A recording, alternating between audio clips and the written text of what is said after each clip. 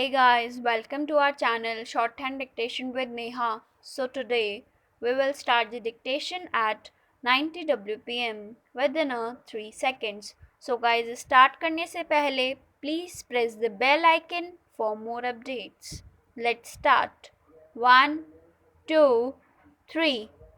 The select committee has done a very good job, studied the matter thoroughly, and improved the bill so that it has become more presentable. The picture that has now emerged in clearer than it was at an earlier stage. However, I would like to offer my comments on 3 or 4 clauses. Clause 2 is very important. I would refer to 2 items under that clause. In clause 2, an inclusive definition of the word divided has been given. This is a definite improvement. Therefore, the matter would be dealt with in a more judicious and better way than hitherto.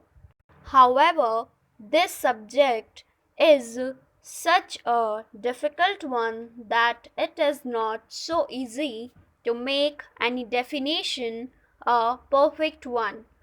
From this angle, there is a lacuna even in this definition, which is no doubt a very good improvement upon the earlier definition in subclauses.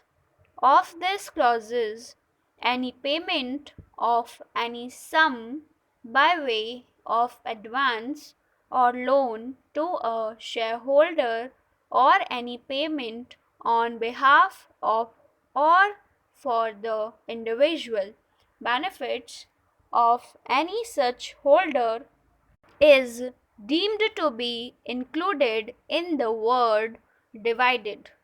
The language of these subclauses is not very happy. Cases have arisen where the department has assessed a shareholder who is partner of a firm, and where the firm acts as a financier to such company, where at any time during the course of the previous year in a current mutual account between the company and the firm, credit appears in favor of the company, even though the account may subsequently turn into a debt against the company. That is, the amount is wiped out by the payment of such credit as the company has in the same account taken loan subsequently. The income tax officer has treated the credit as distribution of dividend to the shareholder who is a partner in the firm.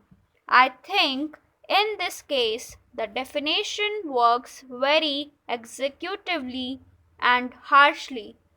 This cannot be the initiation of these subclauses unless an amount by way of advance or loan remains outstanding at the end of the year, and particularly on the date the company distributes dividend. Such temporary advances of loan would not be deemed to be the distribution of the dividend to a shareholder. One has to make this type of financial arrangement when one is in charge of the affair of a company. Thank you. Please like, subscribe and share channel for more updates.